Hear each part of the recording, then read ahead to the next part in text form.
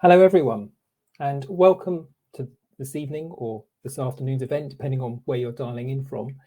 And thank you for joining us to celebrate the launch of Bird, Exploring the Winged World, published by Phaidon. My name's Mike Toms. I'm Head of Communications at the British Trust for Ornithology, based in the UK. BTO is all about science. It's about running long-term monitoring schemes and producing the evidence base that informs decision-making processes and supports conservation action. It's founded on partnership, a partnership between birdwatchers and scientists working together to collect information, collect evidence. The science can be dry, it's based around statistics and peer-reviewed publications, but it's really important that we take that information and communicate it with broad audiences, not just the people involved in policy and decision-making or conservation, but actually a wider public. And there's a growing body of research work that shows that actually communicating science through arts and culture approaches can be much more effective. And so BTO has been working at that interface between science, art and culture, using art, photography and storytelling to talk to people about the work that we do through projects like Flightlines, which explored bird migration, and Red 67, which has looked at birds of high conservation concern here in the UK. Not only do we want to engage people with our science, we want to engage them with our wider work so they actually get involved as volunteers and they support us. And we want people to be inspired by birds. And as this beautiful book by Phaidon clearly shows, birds themselves can be really, really inspirational. The book is absolutely packed full of amazing images drawn from many different sectors that underline and kind of reinforce that message that birds are fantastic. Now, I'm just about to introduce you to our panel members tonight, but before I do that, there's a couple of little bits of housekeeping that I just wanted to let you know about. First of all, as many of you are already doing, please use the chat and use the chat to ask any questions so that we can then put those to the panelists. We're also recording the event today, and that is going to be available on Phaidon's YouTube channel and indeed the BTO YouTube channel from the 10th of November. So keep an eye out for that and do share that when it's live with your friends. I also just wanted to mention that Phaidon are offering 20% off your order of the book off the back of today's event, and you can actually order that today. Look for the links as we go through the event. So what about the panel members? I want to just introduce those. So we have Dawn Balmer, who is Head of Surveys at the BTO. She is really, really engaged with bird watching. She's a really keen birder. She sits on the editorial board of British Birds, which is the journal for bird watchers within the UK. And she also sits on the British Ornithologists Union Rarities Committee. So she's one of the people that looks at records of rarities coming through. And as I say, she heads up the BTO surveys, working with teams of volunteers, collecting information on birds and indeed other wildlife.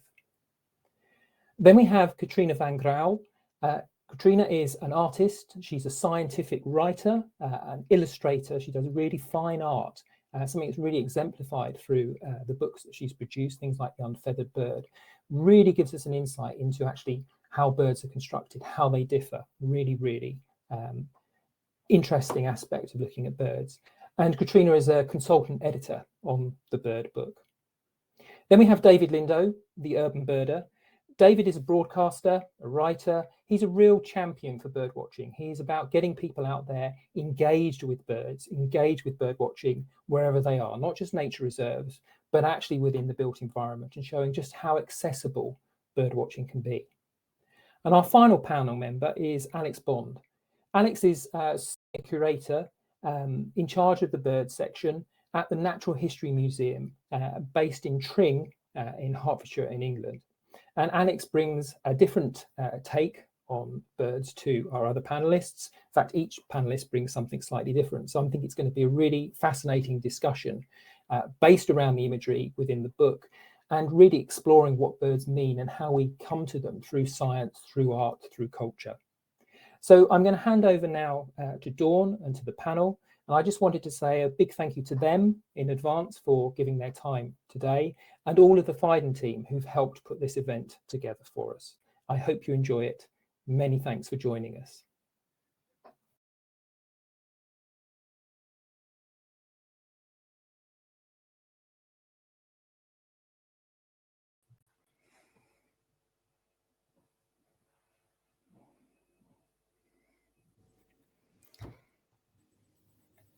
Welcome. Well, just wait for our panelists will join us. Hi, Katrina. Hi. And here comes Alex and David.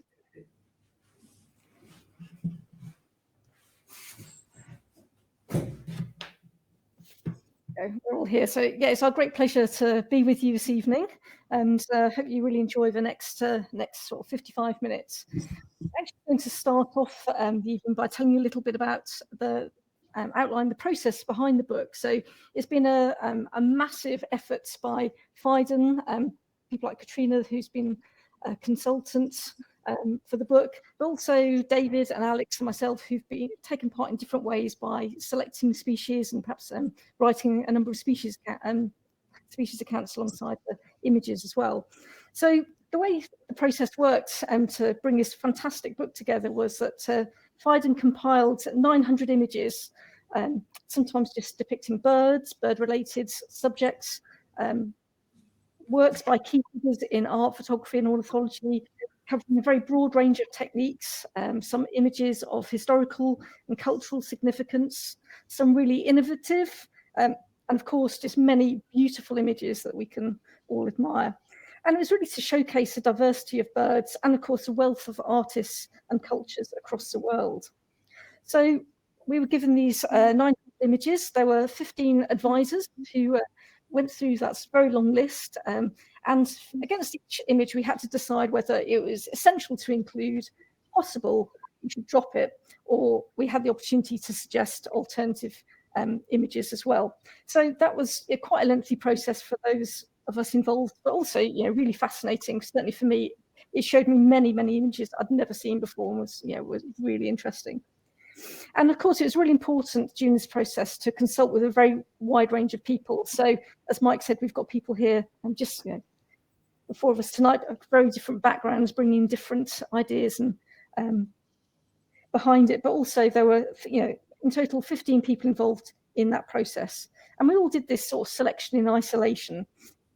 And then it was the job of Victoria Clark, Katrina, and Tom Fennis of Phaidon to pull our selections together and to compile a short list of 302 images which are found in the book.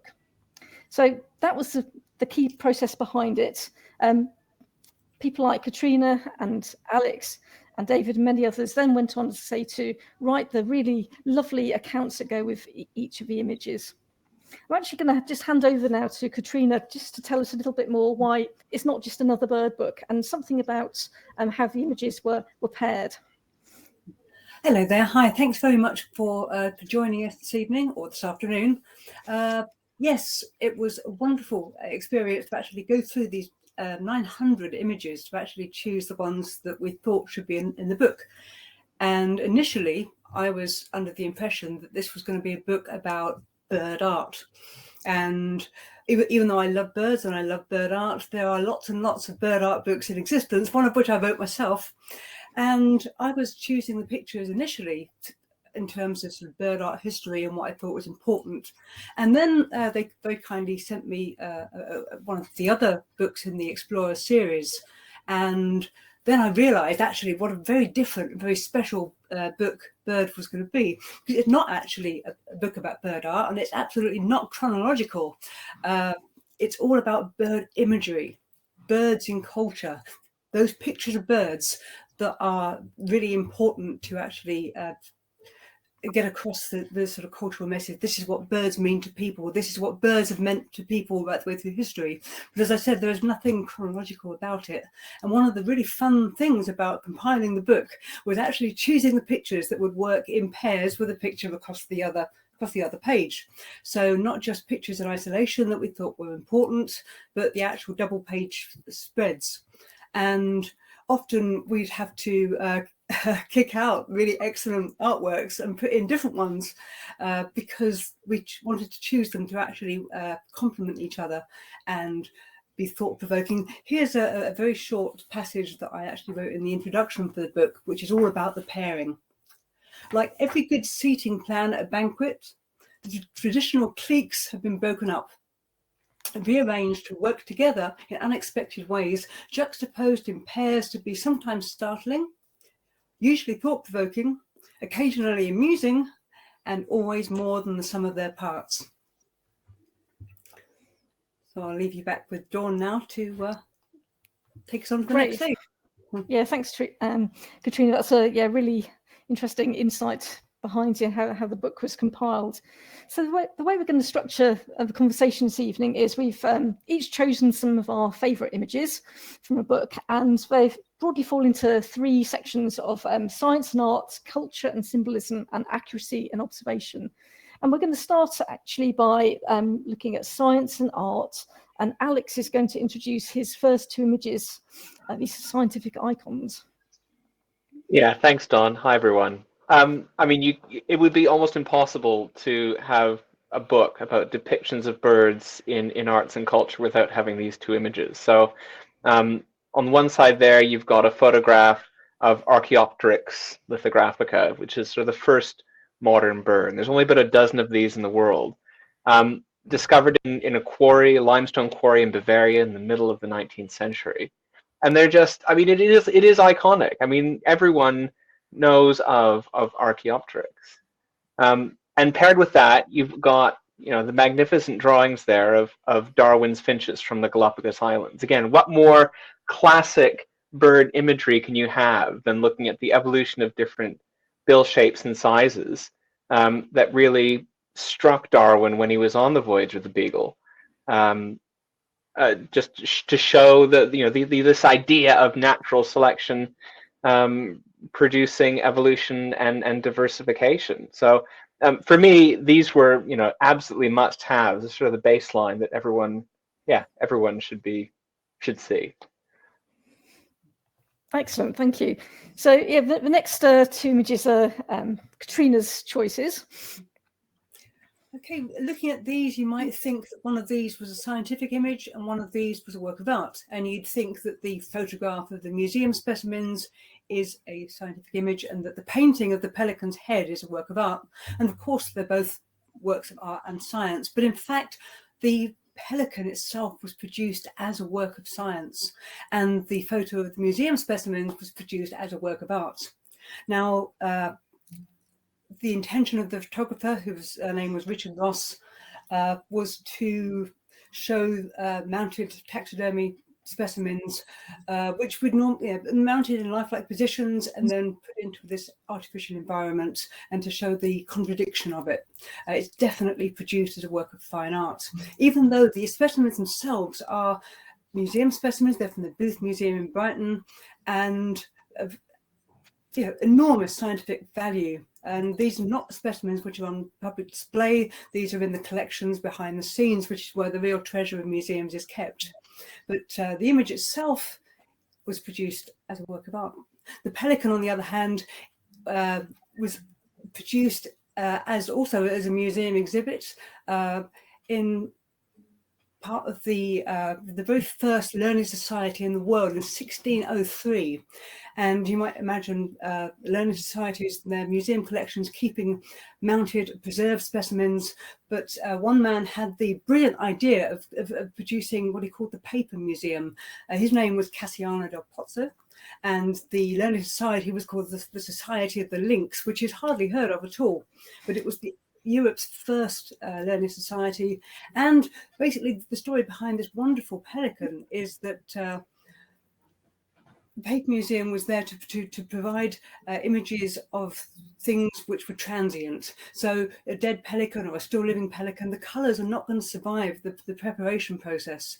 And Cassiano del Pozzo commissioned thousands and thousands of paintings, original paintings by anonymous artists, to actually record what they call the soft part colours of birds and many other things. Some of the first images through a microscope and drawings of fossilized wood. And this enormous treasure is a museum in itself. I must say, those pieces those images are fantastic. looking at the taxidermy, it reminds me of when I was a child going to the Natural History Museum and just ogling at all these birds that I thought I'd never see, and being amazed at how big some of them were as well. Because you only, as a kid, you see them in a small book, but to see them, actually in real life was quite striking for me. And I guess you've seen most of the actual living ones now in the wild, haven't you? You know what? No, actually, Katrina, I've seen very few for someone who's travelled quite a lot, as much as I have, because I'm not really rushing around trying to tick off as many as possible. I'm trying to absorb as many as possible, which obviously takes longer because you've seen less, but less is more. Absolutely. Excellent. Now, one of the things I really love about this book actually is the short, quite concise accounts underneath, because I think they really bring the image to life. And perhaps for me, I might look at this image and turn the page, not really understanding the significance of it. And I think the texts have been really beautifully written to for each one tell a really beautiful story. So I've really enjoyed browsing the book and learning about the images. There you go, Alex. These are yours. Brilliant. So the image on the left there is probably one of my favorite depictions of birds in culture. It's from a book on anatomy by a French chap named Phaidon from the mid-16th century. And on the one side, you've got a human skeleton, and on the other side, you've got the skeleton of a bird. And what it's showing is the analogy, the homology between the bones that we have in our bodies and the bones that we have in the bodies of birds. It was one of the first sort of depictions and linking that shared ancestry. So, from a comparative anatomy perspective, Phaidon was really a pioneer in this area. And this picture, I think, for me, to see that depicted in this way, looking at the bird standing up in a position that it would never be in real life, is just really fantastic. And that's paired with this sort of modern stained section through a chicken embryo, something that Phaidon could have never imagined seeing. The advances that we have now in studying embryology and microscopy and anatomy, we're 500 years after Phaidon, and we can see this incredibly fine detail at such an early stage of development. And there's a saying in evolution that's ontogeny recapitulates phylogeny, which basically means younger versions tend to of organisms tend to resemble their shared ancestors. So in the same way that we look like birds or reptiles or something when we're embryonic, is the same sort of analogy that Phaidon was trying to convey using his two skeletons. So for me, these sort of bookend that discussion about sort of our evolutionary relationships with birds and how similar we actually are. Yeah, I love the chick actually because it looks quite modern, and wouldn't go as far as putting it on my wall, but certainly I love it in the book. It's a very good pair. It works very well for the reasons you said, Alex. Exactly.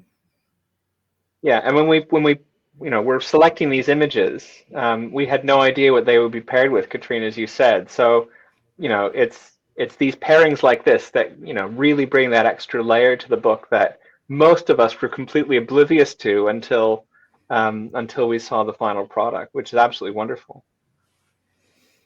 Excellent. So we'll move on to the next group, which is around sort of culture and symbolism. And David, these are a couple of your choices. Yeah, I found it extremely difficult to make choices because there are so many amazing things in this book. And some of the things I was amazed by weren't things that I'd necessarily look at or think about initially. So it certainly opened my eyes. And I love the fact that it actually it's an encyclopedic view of birds really from all aspects, which is great.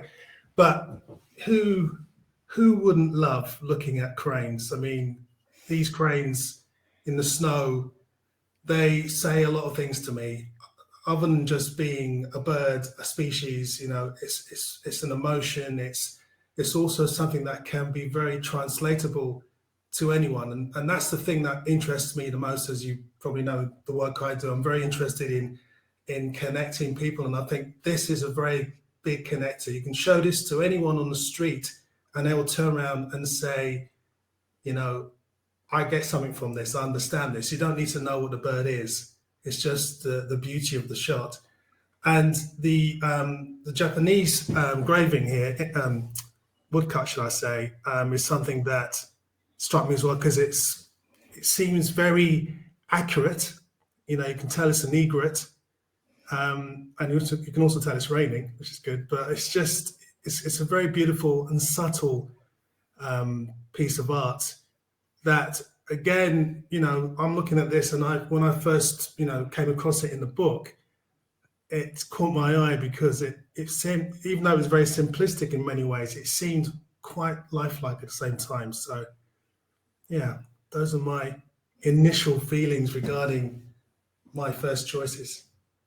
Yeah, I love the red cranes, David. Actually, it's such a simple image for colours. It's largely black and white, but with a little flash of red on the head there. Yeah, it's just a really beautiful image. Have you seen this species before, David? You know, I've been to Japan, but never in the snow and winter. I was actually during the summer, and I was watching oriental storks predominantly. So no, I'd love to see one or two. Cool, yeah. I think for me, David, especially the woodcut, you know, who has not, you know, been stood in a field in the rain looking at egrets? I mean, your skin gets all damp just thinking about it, and you know, that's got a great connection with, you know, how we feel about when we're out in the field looking at these amazing species. Yeah, I think it portrays it well. But very atmospheric. Yeah, this is one of my selections on the right here, actually. It's a Charlie Harper image. I really love Charlie Harper. It's such fun. I love the bold colours, the geometric shapes. I've actually got a couple of Charlie Harpers at home, one of a wood duck, a big wall mount, which I bought myself for my 30th birthday, and actually a print from Cape May Bird Observatory, which I managed to secure in the auction at the Bird Fair one year, which I was really, really pleased about. But yeah, I just love the simplicity of it. And it always looks perhaps a bit haphazard. You know, there's these birds flying all over the place, but actually they're really, really clever. And I think what this particular image shows is an egg actually resting on the top of Cornell Lab of Ornithology in Ithaca. And this is a poster created especially to promote the work of Cornell. And Charlie Harper's been really clever here, and actually each image shown here actually depicts a conservation project or a program or research interest that Cornell have undertaken on that species. And I love the simplicity of it. And my picture at home on the wall, especially for Cape May, it sits behind me every day when I'm working, and it shows the birds flying in the spring in their beautiful spring plumage, and then moving out in the autumn in the autumn plumage. And yeah, there's so much to it that you can look at this for ages and just enjoy the birds, and you can identify them immediately even though they're so simple. But, it's fun. Just going back to the previous page, I've been to Ithaca, and I've seen his work on the walls as well, because I recognise some of the species, the way he's drawn them. And again, you know, I think what you said earlier is right. You know, it's all about having a bit of fun. You know, birds and this kind of science, in fact, any kind of science, should have an element of fun in it to get people engaged. And that, for me, personifies it. Yeah, I think Charlie Harper's obviously done really well as well, because now you can buy greetings cards, jigsaws, posters, all sorts in this sort of, this, I think he describes as a minimal realism, his style. So I love it. So I think the next image is one for you, David. Yeah, Ken Loach's Cass. I mean, I saw that film as a wee little boy, probably younger than that boy. God, am I showing my age now? Anyway, I mean, by that point, I was already birding, even though I had no mentor. I was teaching myself. I didn't know what was what. But it struck a note with me, and it's interesting that years and years later, you know, I've actually been with kids who've seen this image, or even, you know, with their parents seeing the film, and it still has an effect on people to this day. I think it's one of the very few films that, for me, kind of portrays a love, a sort of a genuine, innocent love between a young person and a bird. You know, there's very few films I can think of that actually do that, or has done that. I think that this film, for me, kind of cemented my love for birds. Even though I didn't realize at the time, because obviously I was, you know, I was a kid and I saw this film and I thought, you know, this sort of thing happened all the time, but obviously it hasn't. So very poignant, and I'm very glad that it's been included in this this fine tome. Yeah, I love this too as well, David, and it really reminds me that look of it's Billy Casper, isn't it, looking at the kestrel. Sometimes when we're bird ringing and doing bird demonstrations and we have a bird in our hand and we show it to a person of any age actually, but particularly children, you know, they look at it like it's the first time they've seen a bird up that close, and they're just, you know, absolutely amazed at, you know, the beauty of it, you know, how smooth the feathers are, and, you know, if it's a blue-tit, it might even peck them. But yeah, that look in their eye of just seeing something so close and amazing. I've captured it in a few photos in the past, but I think this image here really does it for me. When I was writing the introduction to the book, I was talking about birds' symbolism, which is the subject of this sort of section of tonight. And I wrote about this particular film and about the book that the film was based on, the Kestrel for Knave. Birds as airy spirits, and we've got little Billy Casper, who's just got these few precious months that he's able to spend with this spirit of the air. And the alternative, the future that he's got waiting for him, is to be a coal miner and spend all his days actually working underground in the dark. And the juxtaposition again of this wonderful, fine, airy spirit, as opposed to this lifetime of darkness and drudgery and ordinariness and horribleness of working down the pit. It's what really struck me, the sort of darkness versus light sort of elements. Great, thanks. Yeah. So the next image is one for Alex. All right. Yeah. So I was really taken by the image on the right, and I think it's probably one of my favorite in the book. It's a 12th century tile from what is now Iran, depicting essentially a phoenix.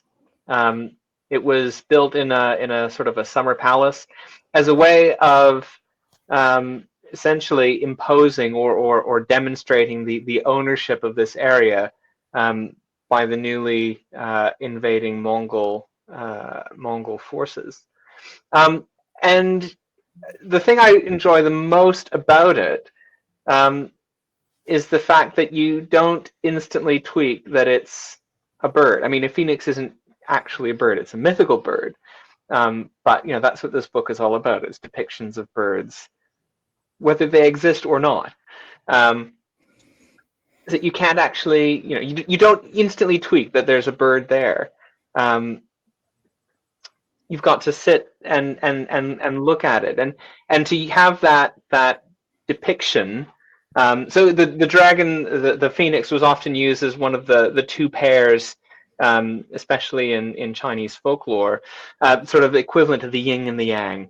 And you know, its presence was a good omen and usually meant a harmonious marriage coming to, you know, establish themselves in this new territory. What, you know, of course, yes, will be wonderful to you. Here's here's this phoenix, this thing that we, you know, celebrate to show unity. But you know, the fact that, you know, it still exists, it's, you know, 800 years old, and it's just a real fine piece of of art from that time and that place. So for me, it's one of my favorite images from the whole book. Excellent. Yeah, I mean, as we talked about, the book contains such a wide variety of images, and I think the next couple of images we're going to show you in a moment are really a bit of fun, because we've got some really ancient images in the book, but also some very modern ones. Yeah, the Twitter bird, I mean, that's probably the most iconic symbolic bird of all these days, sadly. Tragically, actually, the person who did the initial drawing for this was paid, I think, $15 for it, but after that it was redesigned, and they're very, very precious about their copyright over the image. It doesn't even need the word Twitter next to it. It's so iconic that it says everything on its own. Twitter is the bird and the bird is Twitter, as the creator said.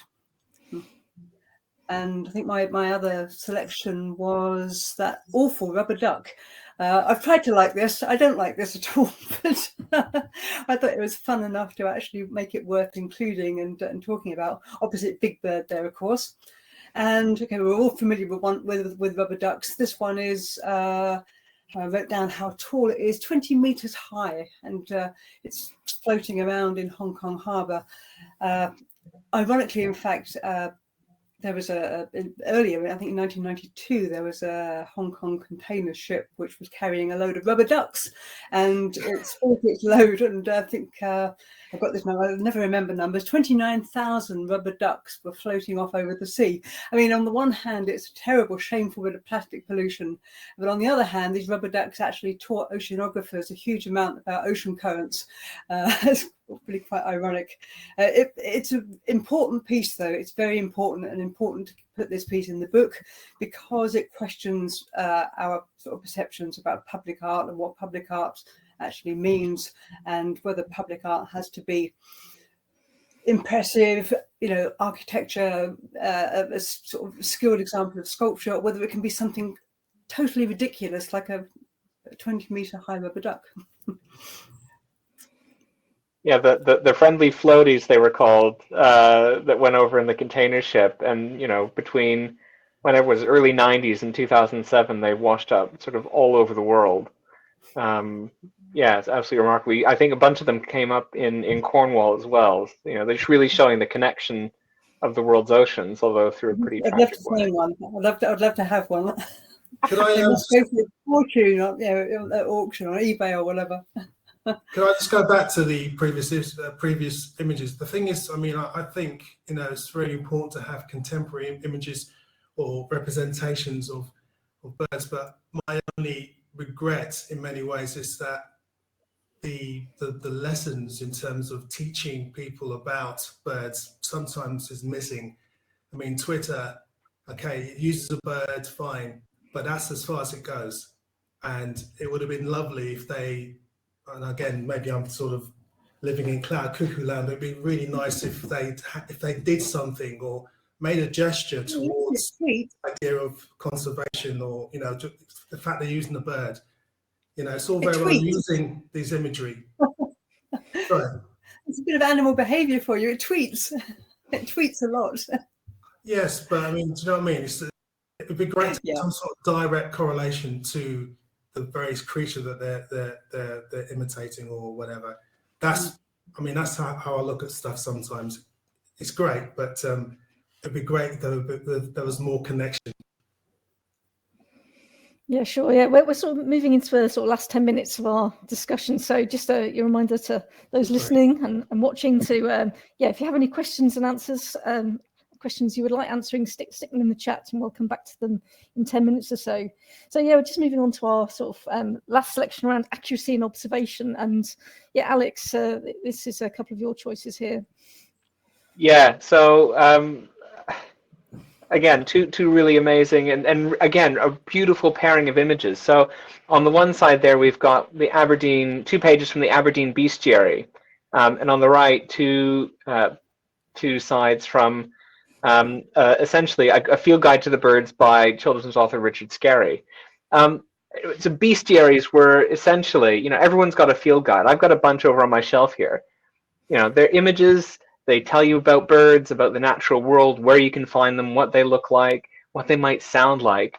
But before, obviously, we had printing presses. If you were, in the well-to-do in Europe, especially, you created a bestiary, much like this one here, which shows a whole bunch of, I think they're hoopoes in the circle there. The illustrator had clearly never seen a hoopoe in his life. Whereas on the other side, he's got a picture of an archer shooting down a crow, which was a much more common sight in sort of medieval England. But this is where you went. This was sort of the tome of all information, the Wikipedia of the 11th, 12th centuries, were these bestiaries.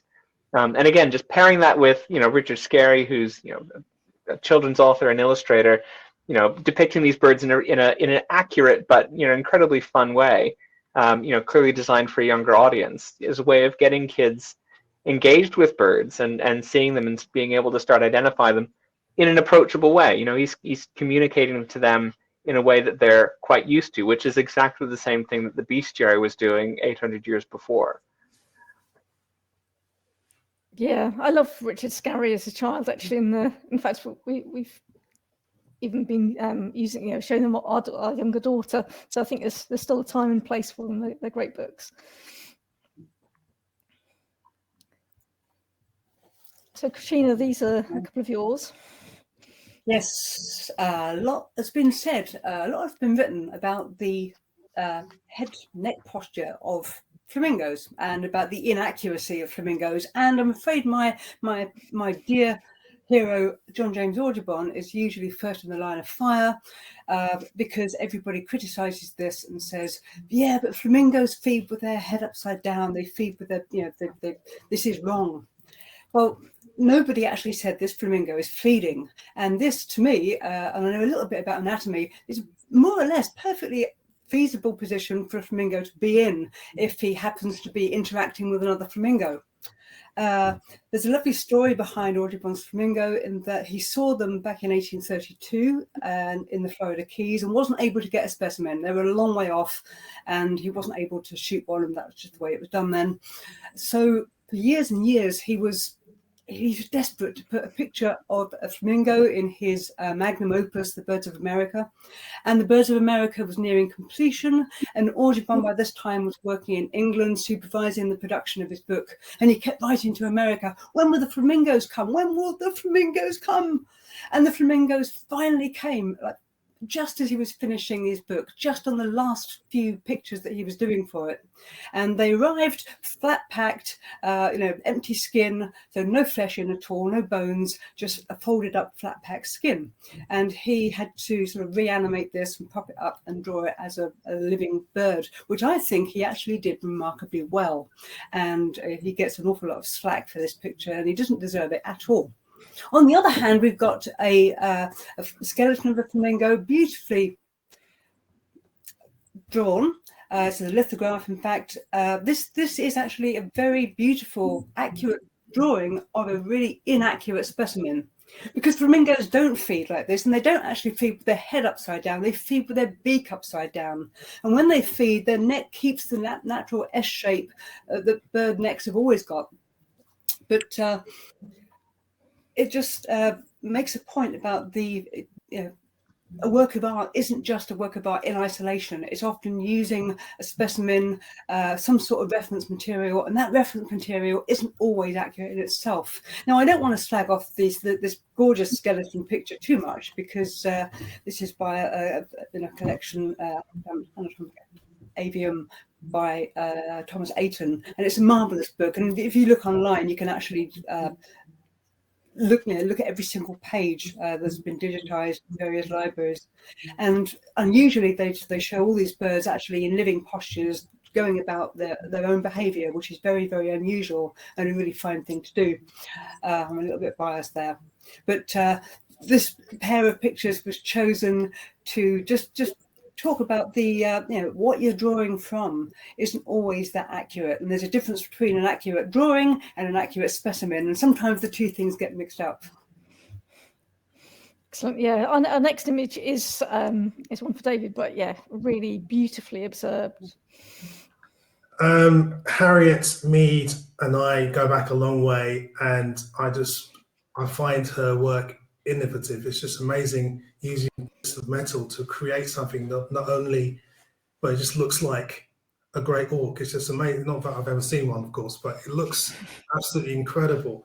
What she can do with just a few bits of metal. I mean, I can't say much more than that. I mean, I think a lot of her work, not just birds, but other taxa, and it's just amazing.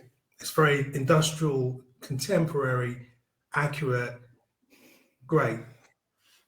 Yeah, we've been lucky enough to see quite a lot of Harriet's work over the years as a friend and colleague of ours, but you know, something about her work is it's often life size, and I remember her producing sort of things like a horse, life size horse and calf. You know, really incredible work. And I do really love her birds, and it just really captures the jizz of a bird in simple shapes.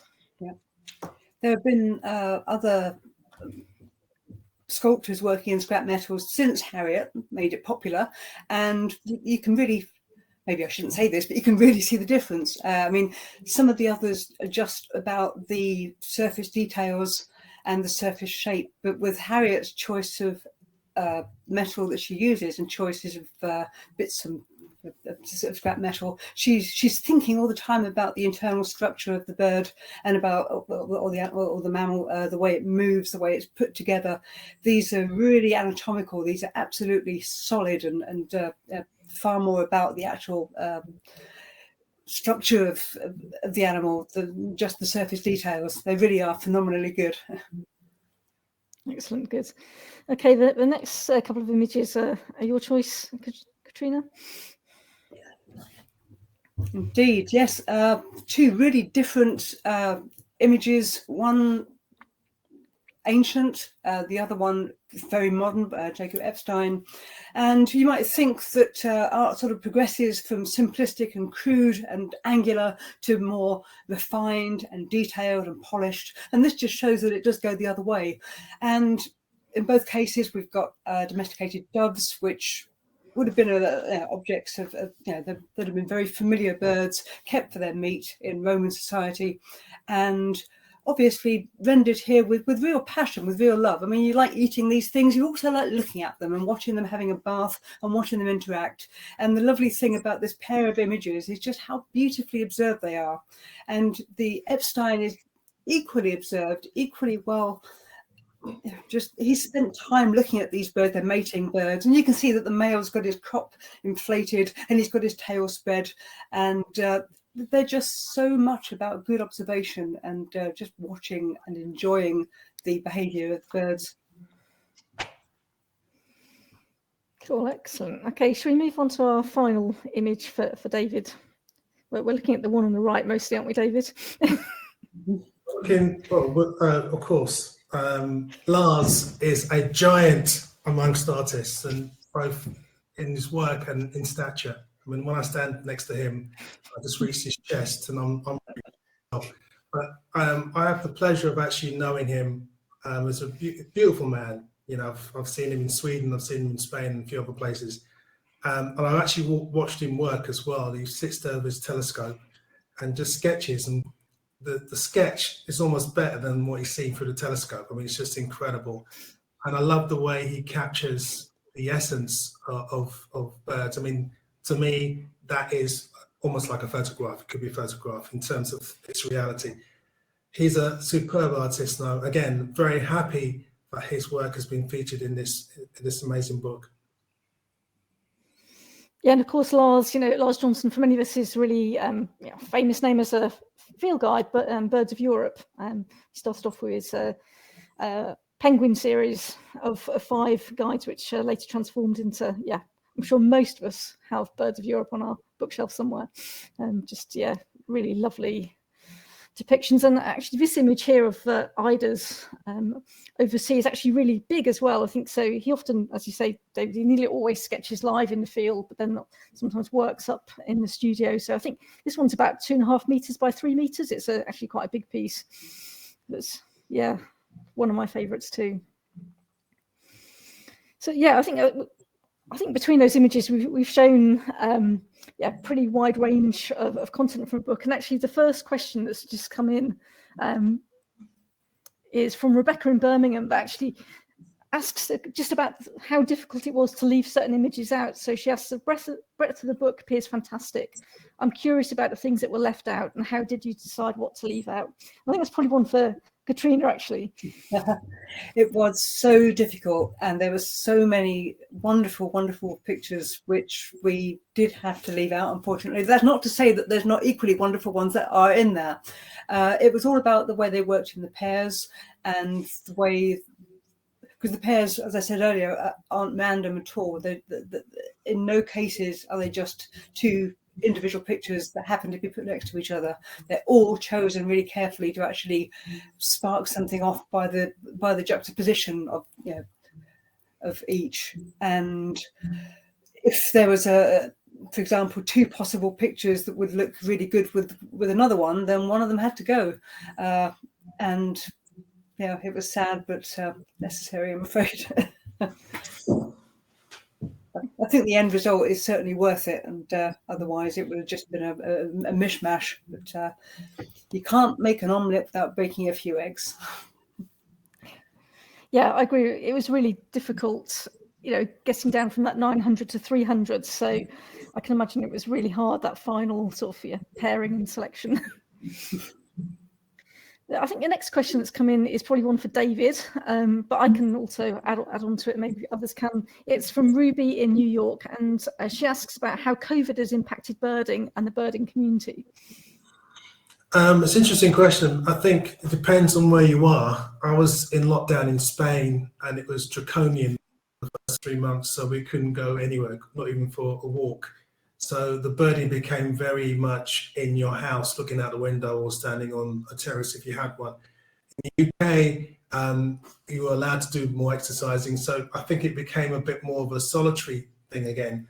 But I think since then it's become much more of a tighter community. I've noticed that on social media. People have found friends, I think, kindred spirits that they go birding with now. So yeah, I think it's actually helped not only to focus people generally to get through the whole of that terrible period, but also the aftermath, hopefully, is that there's more of us going out there enjoying wildlife.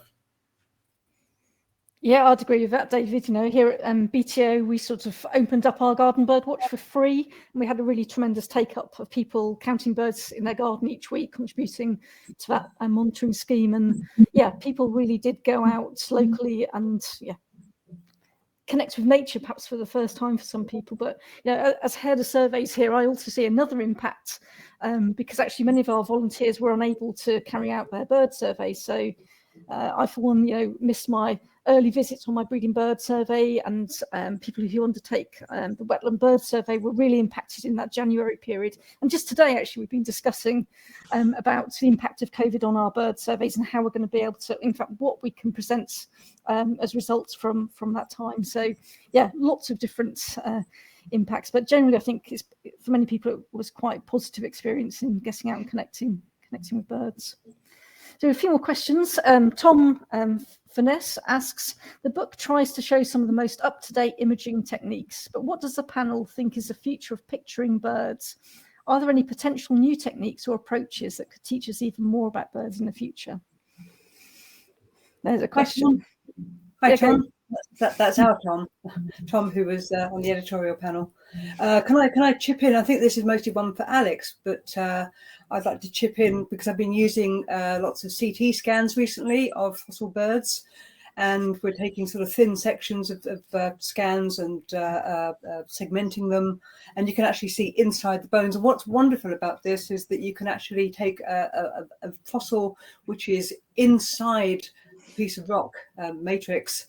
And whereas before you'd have to literally physically chip away at the rock and maybe risk damaging the fossil or breaking it up into lots of pieces, which would be heartbreaking, you can just pop this thing into a CT scanner and see what's inside, which is just amazing. Yeah, I think I absolutely agree, Katrina. I think the frontiers of imaging, what we can do in terms of looking inside of things, whether it's a alcohol preserved specimen whether it's, you know, incredibly small detail. You know, I think, you know, the horizon is a long way off, but equally, art is always constantly changing. You know, we're seeing, you know, look at the, you know, in the film industry, the amount of, you know, the amount and quality of CGI. I think we're going to see a lot more digital depictions, which I don't think we have all that many of in the book. And I think those are really going to be taking off sort of in the next decades or so. At the museum, we did, you know, draw nature from home 1 month, and people sent in their drawings of nature during COVID, when again you could just look out your window, and a lot of folks picked up you know, a tablet or you know, piece of paper and some colored markers for the first time. And I think, you know, there's lots of opportunity there. I'd like to add to that and say that I'm looking forward to the first 3D bird ID book. There's a challenge. On a shelf. Not my words. Cool. The next one's actually, well, go to each of you quick, and I'll chip in as well. So Nicola asks, what is the most underrated British bird in your opinion? I'll start actually, because it has to be a gull for me. I love gulls. So actually Mediterranean gull is my favourite gull. It's my favourite species. I love the differences of their plumages as they get older and between the seasons. So yeah, gulls for me are really underrated. David? It's got to be the fell pigeon. People love to hate it. I think that I used to be a hater. I'm not quite a lover, but I'm a liker. And I think that they are really beautiful birds. They are amazing flyers, and they are primary food for peregrines. Cool. Alex? I'm with you, Don. For me, it's herring gull. So in the introduction, Mike mentioned Red 67 about red and amber listed British birds, and I had the pleasure of writing the account for herring gull for that book. You know, they're often maligned, called, you know, rats of the sky, but they're just so amazingly adaptable. And when you get up close and look at them, they're just so absolutely gorgeous. And I think they should be celebrated rather than persecuted. Yeah, good call. Katrina? You've already given my answers. I love herring gulls. I like great blackback gulls even more, but herring gulls are more underrated. So yeah, and well, in this house we're sort of pigeon people as well. So I'll go along with that also. What's the chances of having 3 lovers of gulls on this panel? I love gulls too, by the way. Okay, great. And the next question is Tate from DC. Who is the ideal person you think the book is best suited for? For me, walk out your door and look at anyone in the street, and that's the person. Yeah, it's a great, for me, from a science perspective, it's a great, I would dare say, gentle introduction to the world of cultural depictions of birds. So if you're coming from a more scientific ornithological background, this is a really great way to engage with that important aspect of birds in our lives. I go along with what the other two said, and I'll add that if you're the person, or if you're a person that says, we don't need another book about bird art, then you're the person, because this one is not about bird art. This is one step ahead. Yeah, I think the next question actually from Imogen, she asks, was there an interesting or surprising fact that you learnt from a book you didn't know before? Well, I think so many actually, Imogen. I think that's what the beauty of the book. You know, there's lots of, sometimes you'll have heard of the artist or sculptor or whatever, but perhaps never seen that particular image. So I think there's been a lot of effort to find, unusual images from a well-known person. But the fact, you know, that bit of text below each one has been so beautifully written, and as I said earlier, it tells a story. So I think every time you look at a page and read it, you learn something. Yeah, and certainly writing them, you know, I sort of purposefully chose or requested images that, you know, I wouldn't have normally thought about. And, you know, the process of researching those has just uncovered so many amazing things. I mean, you know, the history of the Aberdeen bestiary was probably, you know, one of my favorite things. I think I spent an entire weekend reading up on it. It was absolutely gorgeous. So for me, it was the opportunity to link with that side of things. Okay. Any further comments? No. Just to add that I actually had to read through the whole book as part of the sort of editorial process and really loved it. It was fabulous and learnt so much. I just want to say, go on, David. I just want to say that I am very honoured to have been asked to be involved in this project. I think the result is absolutely stunning. I mean, the cover, I love the front cover, and it's up there for me as one of the big things I've done in my life. Yeah, I think you speak for all of us there, David. It's been brilliant to be involved, and people like Katrina who've been really deeply involved in writing. We haven't mentioned your introduction actually. Really fascinating. It's a great read. And David, you wrote a bit at the end about sort of urban birding. I think contributions have come from so many different people. I did have a number somewhere. I can't remember how many people. Something like 25 people, I think, contributed. But in a big way, everybody made a really big contribution, whether it's the selection, the writing, the pairing, and of course, as we sort of wrap up, really, just really to thank Phaidon, who've put together this really beautiful book. So particularly sort of Tom, who's, I'm glad you're here, Tom, Victoria and Tessa, who's hosting this event for us tonight. Really big thank you. But also the other people behind the scenes that have worked really hard to bring bird into the world. So there's always so much effort by so many people behind books like this. So so thank you to all of you, but also thanks Katrina and Alex and David for joining us this evening, and also Mike Toms, who introduced the session tonight. So hope you found it really interesting session, hearing about the book, and there's been various opportunities to purchase the book if you haven't done so already, to use your discount. So I think we're going to sort of finish there and really. And thank you for joining us, and hope you enjoy the book and get a lot of pleasure from it.